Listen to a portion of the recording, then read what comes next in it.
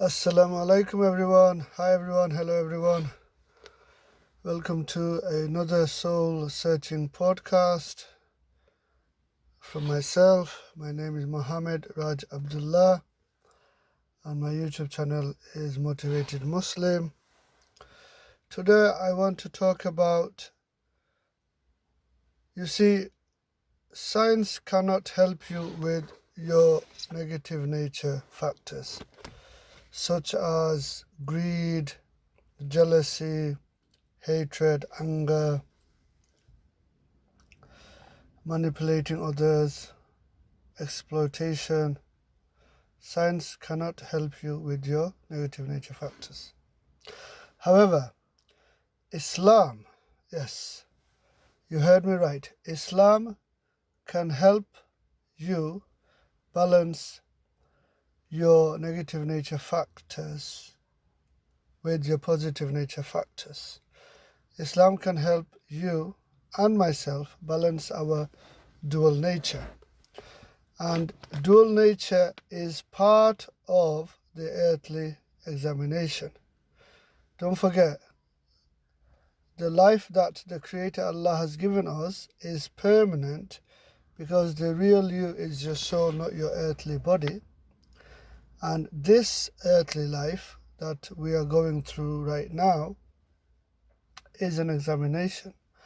And dual nature is part of the earthly examination. Also, I want to quickly talk about, before I forget, you see, Satan, the devil, and the devil advocates, and Satan shayateen, they are real and they are also part of the earthly examination. What the devil, Iblis, shaitan, shayateen, devils, demons, and devil advocates, what they do is basically they would try to convince you they don't exist. And in doing so, they can attack you, they can psychologically attack you easily.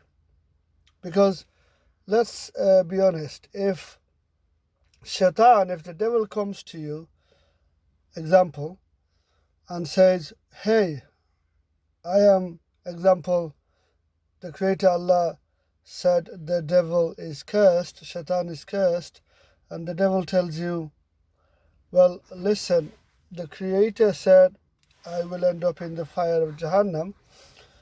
Why don't you listen to me, the devil, shaitan, and do bad things and commit sins and crimes and reject Islam and etc., etc.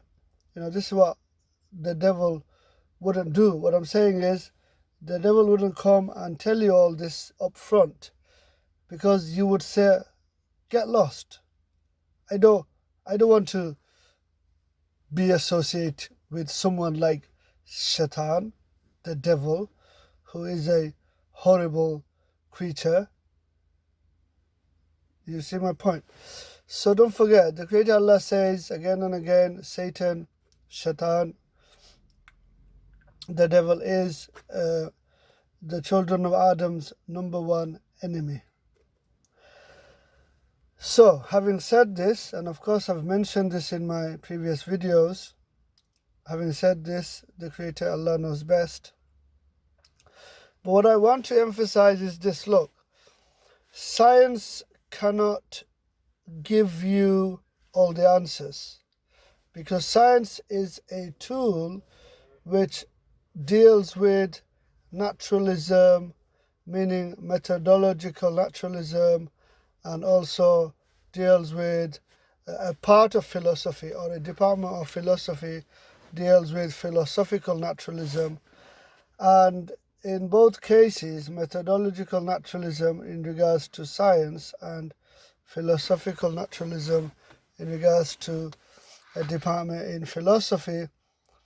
And also, I believe it has spread its wings into evolutionary psychology, or if you want to say psychological naturalism, they don't include God, they don't include the Creator Allah in their conversations. And that is basically arrogance and lack of knowledge and ignorance on their part. That's all it is.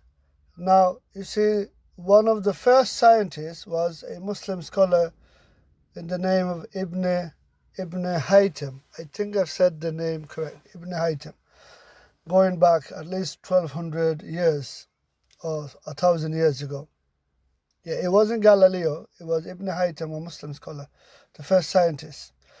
And let's look at science. Science is you use nature to observe and do experiments, and then you do what they say, inference to the best explanation, and so forth.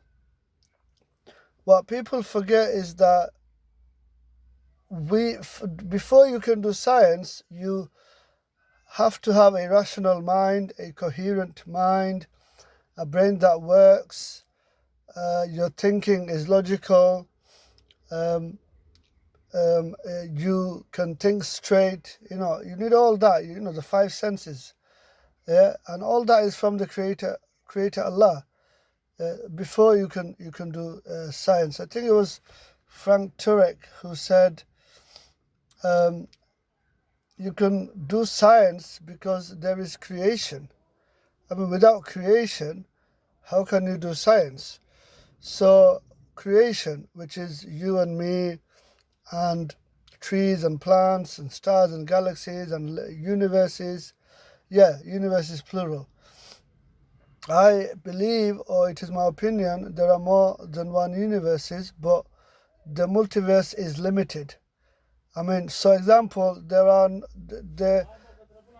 you cannot have infinite number of universes because that's mathematically impossible. I would like to emphasize this particular point. You cannot have infinite number of universes because that is mathematically impossible. However, if someone says there is 100 universes out there, fine. 1,000 universes out there, fine. But there will be a number of universes, not an infinite number of universes. So I hope I made this clear. Now, science is a tool just for nature. Nature. What I'm trying to say is, look, science is not the tool to understand the Creator Allah. No. Science is not the tool to understand. Science is not the tool, is not the method, is not the approach to understand the Creator Allah. How do we understand the Creator Allah? We use intuition, meaning we use our logical thinking. Yeah, logical thinking. So, for example, science can give us information such as, look, so some theoretical physicists do say the universe began 13.7 billion years ago. Some don't agree with this theory. This theory is known as Big Bang theory. And I think now they don't agree is because, these basically is atheists actually being arrogant. It's really sad that, some atheists would go, really, really far as to say 2 or 2 equals 5, which is not. And they will say, well, it's my opinion. How can you disprove it? And, you get all this, incoherent thinking from some atheists, such as Lawrence Krauss and Richard Dawkins and Sam Harris and David Silverman and the likes of them. So what I'm trying to tell you here is, to clarify, is this: science is just a tool to understand nature. So example, you want to find a cure for a disease, you study viruses, you study diseases, you study human biology, human anatomy, and hopefully maybe you come up with a cure. That's science, yeah? How to understand the Creator Allah is more to do with logic. I mean, one can call it philosophy, long as it's logical. So I can think, Alhamdulillah, I can think because the Creator Allah has given me the power to think. I mean, thinking in itself is an invisible creation. So the Creator Allah has given us the power to think. So for example, look, how to understand that the Creator Allah is real, because all you have to ask yourself is, did you create yourself? And the answer is no, because if we look at Earth, which is about 3 billion years old, and if we look at the universe, or the first universe within the multiverse, which is at least over 13 billion years old, what I'm trying to say is we weren't around when the Big Bang happened. Okay? So it is clear, if you take all that natural evidence into account, that we did not create ourselves.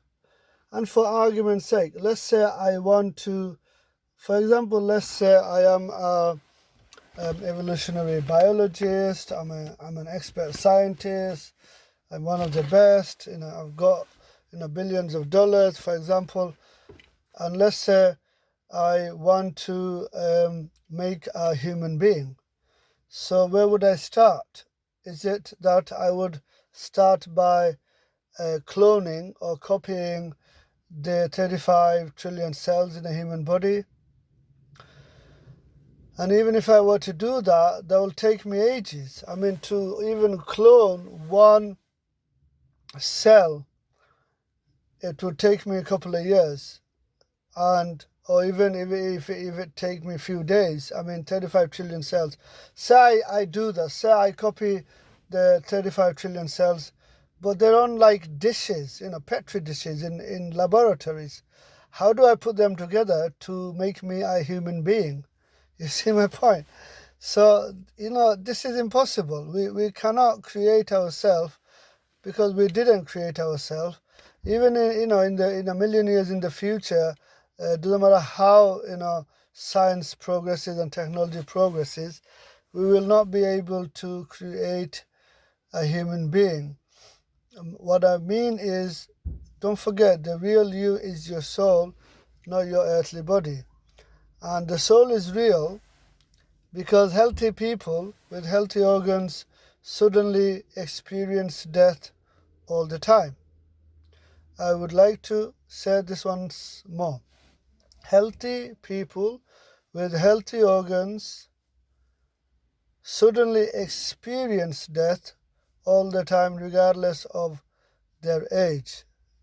You can be 5 years old, you can be 50 years old, you can be 4 years old, you can be 40 years old, you can be 75 years old, you can be healthy, but suddenly you experience death. And that shouldn't be the case, but it happens all the time around the world. Some doctors would say maybe the person died in their sleep, maybe they had a silent heart attack.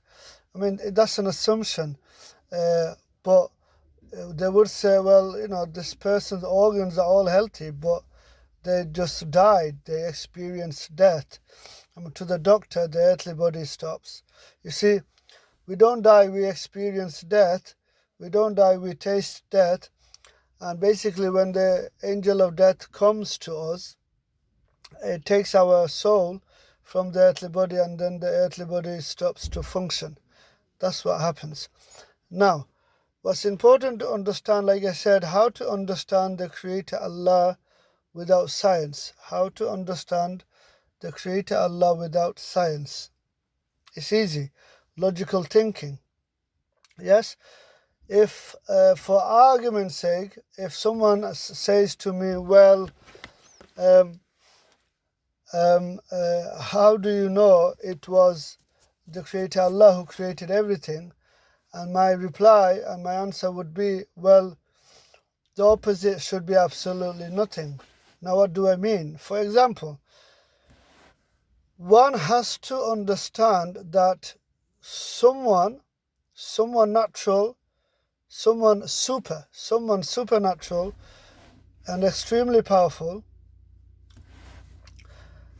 had to begin the creation, be the beginning of the first universe within the limited multiverse, and there afterwards everything else. Yeah, you see, the Creator Allah creates direct and indirect creation. So, example, babies being bought. Babies being babies coming into the world from their mothers' wombs around the world right now. It's an indirect creation. I mean, so example. Husband and wife have sex, and then it is the Creator Allah decides, okay, I will give this couple a baby, and so 9 months later, on average, the baby is born into the world, and that is one of the Creator Allah's indirect creation. If you look at the cosmos, if you look at the limited multiverse, if you ask astronomers, and they will say they could see stars forming, and that would be one of the Creator Allah's direct creation. You see my point? So, having said this, the Creator Allah knows best. But how to understand the Creator Allah without science? How to understand that the Creator Allah is real? The Creator Allah is a fact without science? It's easy. It's just being logical. Now, for argument's sake, if someone says there is no Creator Allah, then in that context, in that sentence and in that statement, there should be absolutely nothing. But that is not the case. I would like to emphasize this point. If someone says that there is no Creator Allah, then in that case, there should be absolutely nothing. But that is not the case, because here I am talking to you through my podcast. Yeah, you can, on a nice summer's day, you can see the sky. I can see my fingers. You know what I'm trying to say? There is creation all around us. Ourselves, plants, trees, bumblebees, flies, dogs, cats. You see my point? So, therefore, it is the Creator Allah who created the entire existence. One of Allah's name and capability is Al-Khaliq, and it means the creator. Okay, and another name and capability is Al-Muqtadir. It means the creator of all power. So this is what science, science is, it's a tool. That's all it is. It's a method, it's an approach. I don't know why so many people, take this science and, they actually become obsessed with science, and then they forget or they deny the Creator Allah, which is a really unwise thing to do. Yeah, science is a tool, is a method. I mean, scientific theories is just a tool. So the Darwinian theory of evolution is just a method. It's just a tool to understand microevolution, meaning, so you have different kind of flies, but the common ancestor is a fly. You see, for example, the children of Adam, we differ. Of course, someone is long, someone is short, someone, has an oval face, someone has a, less oval face, someone's skin color is different from others, and that's diversity. But our common ancestor is Adam, peace be upon Adam. Our common ancestor is Adam and Eve, Adam and Hawa. Islamically speaking, Adam and Hawa. Our common ancestor is Adam and Hawa. And they are people, they are persons, they are human beings. They have nothing to do with apes. And it's possible that the Creator Allah could have created or may have created ape-like creatures, before Adam or at the similar time of Adam, peace be upon Adam. And so you might end up having what we call the ancestor to the apes. You see my point? Nevertheless, what I'm trying to say is, look, Darwinian theory of evolution is based on assumptions, it's speculative, homology is the assumption. I mean, for more details, check out YouTube channel Subur Ahmed.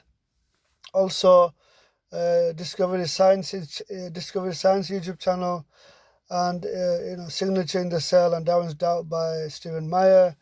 Subur Ahmed YouTube channel, and you'll understand that, for example, they lied. The Darwinists lied to us regarding orphan genes. Some orphan genes are basically completely different from, for example, some orphan genes the humans have, the chimpanzees don't have. So all that stuff. So, I mean, that is not my field of expertise. So you want to look into Subur Ahmed's YouTube channel. Brother Subur Ahmed has a master's in philosophy, master's in biology. So he knows more, of course, more than myself in regarding to evolutionary biology. Now, coming back to how to understand.